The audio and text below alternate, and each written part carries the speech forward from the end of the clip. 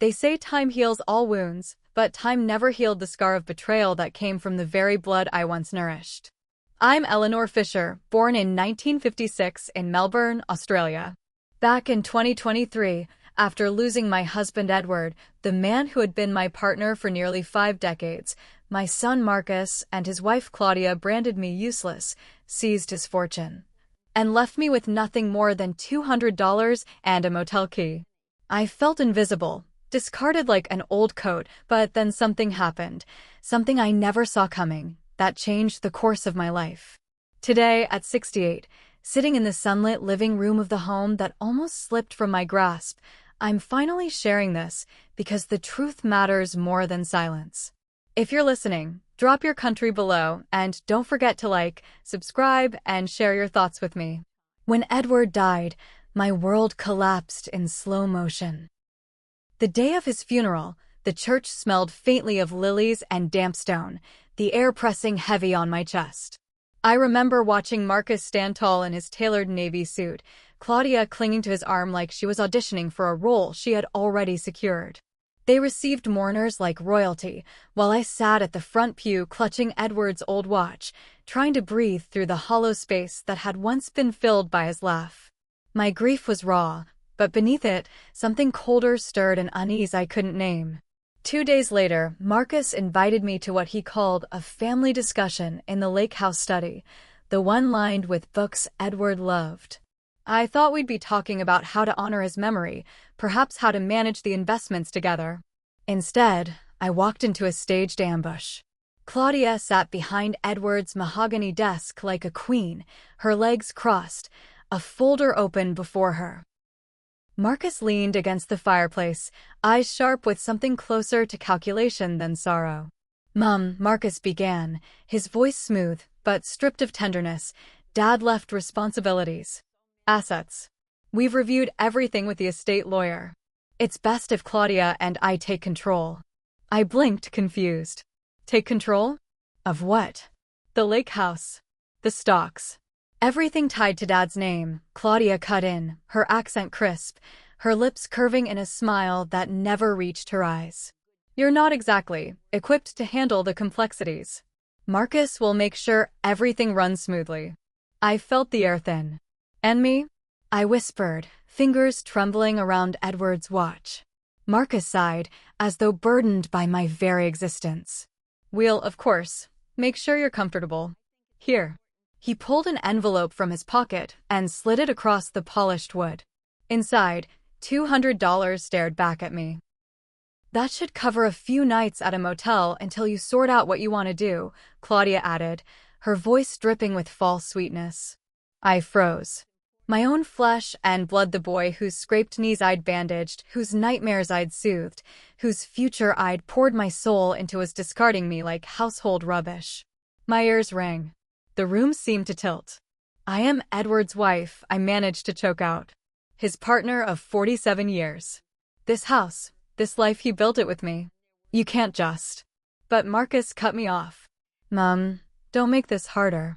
You'll only embarrass yourself." His jaw tightened, eyes narrowing. "You're grieving. You're not thinking straight. Let us handle it." I stumbled out, clutching the pitiful envelope. The gravel of the driveway crunched beneath my shoes as I walked past the gardens Edward and I once tended together. The roses were blooming, oblivious to the cruelty happening inside. A taxi waited at the gate. Marcus had called it already. The driver opened the door without looking at me, as if I were just another weary passenger. The motel smelled of bleach and cigarette smoke, the kind of place Edward would never have let me step into. The neon sign buzzed outside my window, keeping me awake as I lay on the stiff mattress. I stared at the ceiling, my mind racing between grief and disbelief. How did it come to this? How could Marcus, the boy who used to run barefoot along the lake's edge, turn into this stranger? The next morning, Claudia arrived at the motel. She wore sunglasses even though the sky was overcast. She set a coffee cup on the rickety bedside table, sat down, and crossed her arms. "Eleanor," she said, dropping the mum she once used when she wanted Edward's approval, "let's be practical. The sooner you accept reality, the easier this will be." Sign over any claims you think you have, and we'll let you keep the lake house cottage. Plus, Marcus is willing to give you $5 million from the stocks. That's generous, considering. My voice cracked. Considering what? Her lips tightened into a smirk. Considering Edward's finances were not as clean as you might like to think. Do you really want the authorities digging around? It could get messy. I stared at her, heart thudding. Edward? Dirty finances? It didn't make sense. Edward had been meticulous, almost obsessively honest with money. Claudia's words rang like a threat. Think about it, she said, standing and smoothing her blazer. But don't take too long. The longer this drags, the harder it will be for you. When the door shut behind her, I sank to the bed, hands shaking. It wasn't just greed they wanted to scare me into silence. My own son and his wife were not just dismissing me, they were willing to destroy me. That night, I found Edward's old leather satchel tucked inside my suitcase. I hadn't packed it. Marcus must have overlooked it when he cleared the study. My hands trembled as I opened it. Inside, wrapped carefully in a linen cloth, was a small black USB drive and a sealed envelope with my name written in Edward's neat hand. Tears blurred my vision as I broke the seal.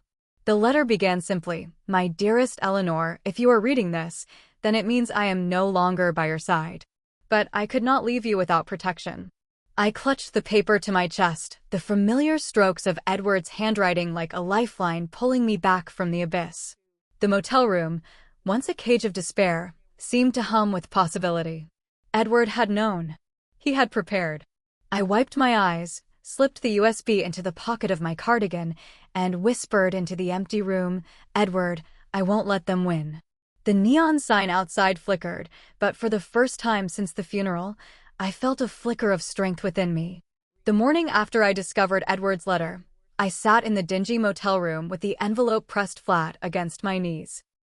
His words had stirred something deep inside me, a reminder that while he was gone, his mind and love still lingered, woven into the safeguards he left behind. I wiped away tears and forced myself to breathe slowly, each inhale laced with determination. Grief would not drown me. Not now. The letter instructed me to find a man named Carl Albrecht, a lawyer Edward trusted privately. Edward's words were clear. Do not depend on Marcus's choice of solicitors. They will not have your best interest at heart. Trust only Carl. The address scribbled beneath the name led to a modest office tucked between a bakery and a pharmacy in central Melbourne. I remember clutching Edward's satchel tightly as I climbed the narrow staircase to the office. The building smelled of old wood and ground coffee from the bakery below. When I knocked, a gentle but firm voice answered, "Come in." Inside, Carl Albrecht rose from behind a cluttered oak desk. He was in his late 50s, with silver hair, wire-rimmed glasses, and eyes that seemed to have read the deepest corners of people's souls. He extended a hand. "Mrs. Fisher, I've been expecting you." You knew I'd come?" My voice cracked from exhaustion and disbelief. He nodded. "Edward told me you might need me, sooner rather than later. Please sit." I lowered myself into the leather chair, the satchel heavy in my lap. Carl listened silently as I described how Marcus and Claudia had pushed me aside, waving their supposed control over the estate like a whip. He didn't interrupt. His face stayed calm, though his jaw tightened at the mention of the $200. When I finished, he leaned forward. "Eleanor, everything they told you was manipulation. Edward anticipated this. That USB drive you carry is the key." With trembling hands, I passed it to him. He plugged it into his computer, and the screen filled with folders, financial records, letters, investment details, and, most importantly, a copy of Edward's will. As Carl scrolled, his lips curved into a thin smile. "Your husband was meticulous. He left 75% of his financial assets, over $30 million, to you. That includes the lake house. Marcus was to receive the remaining 25%, around $11 million, but only under one condition." My breath caught. "What condition?" "That he treats you with respect, ensures your well-being, and never attempts to dispossess you. If he failed, his share would revert back to you." The words hit me like a bomb and a blade all at once. Relief surged that Edward had thought so carefully, but heartbreak followed. Marcus had failed immediately. My own son had chosen greed over love, cruelty over compassion. Carl continued, voice steady. There's more. Marcus arranged the initial will reading with another lawyer, falsely claiming you were too distraught to attend. That's illegal. Edward left me as your official contact, but Marcus tried to cut me out. I felt my stomach churn. He wanted me erased. Yes, but the law is on your side. We'll file an amended notice with the probate court. We'll freeze the accounts temporarily so Marcus can't siphon funds. He paused, then looked me squarely in the eye. Eleanor, you must be ready. They won't back down easily. My hands trembled in my lap. Claudia came to the motel. She threatened me, saying Edward's finances weren't clean. She implied the authorities might investigate. Carl's gaze sharpened. That was intimidation. Don't let it shake you. Edward left instructions about that too. There's a name here, Agent Jonathan Collins, FBI. Edward trusted him. If Marcus or Claudia escalate, we'll call him. The room felt suddenly colder. FBI? Edward. What was he involved in? Carl adjusted his glasses. It seems Edward had a life you weren't fully aware of. But we'll come to that later. For now, your priority is reclaiming what's rightfully yours. Every detail Edward left must be documented and followed precisely. Do you understand? I nodded, though my mind spun. Edward, my Edward, what secrets had he kept hidden to protect me? That night, back at the motel, I reread Edward's letter by the weak light of the bedside lamp. His words were tender but firm. If Marcus falters, do not despair. Trust the law, trust Carl, and trust yourself. You are stronger than you believe. I pressed the paper to my lips, whispering, I'll try, Edward. I'll try. 2 days later, Marcus and Claudia summoned me to a private meeting at a glass-walled cafe overlooking the Yarra River. I almost didn't go, but Carl insisted he'd be nearby, watching from a distance in case things turned ugly. Claudia arrived first, in a tailored white suit, her perfume heavy enough to choke the air. Marcus followed, his face set in stone. Mom, he said flatly, we've thought about your situation. You're grieving. You don't need the burden of managing millions. Sign this settlement, keep the lake house and $5 million, and let us handle the rest. He slid a document across the table. I didn't touch it. You mean you want me to hand over what your father entrusted to me? Claudia's smile was ice. Be careful, Eleanor. If investigators start digging, who knows what they'll find? Do you want Edward's legacy dragged through the mud? Something inside me snapped. I leaned forward, meeting her gaze without flinching. Edward's legacy isn't yours to control. And neither am I. Marcus's face flushed, his composure cracking. You think you can fight us? You're nothing without Dad's money. For the first time, I smiled not from joy, but from resolve. Then you've already lost. I stood and walked out, the city air sharp against my cheeks, my heart hammering. Carl joined me a block away, his briefcase in hand. Well done, he said softly. Now we move forward. That night, I sat by the motel window, watching the rain streak down the glass. My fear hadn't vanished, but it was no longer alone. Determination sat beside it, steady and fierce. Edward had given me tools, Carl had given me guidance, and now it was my turn to fight. The neon sign outside flickered again, but this time it looked less like a trap and more like a warning light for Marcus and Claudia. Their game was ending, and they didn't even know it yet. The storm broke sooner than I expected. Within a week of rejecting Marcus and Claudia's so-called settlement, Carl filed the amended notice with the probate court.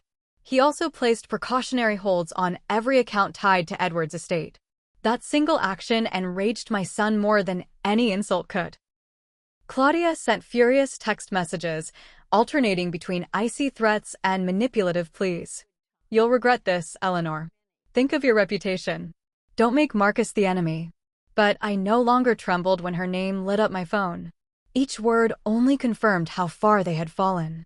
Carl insisted we contact Agent Jonathan Collins before the situation spiraled further.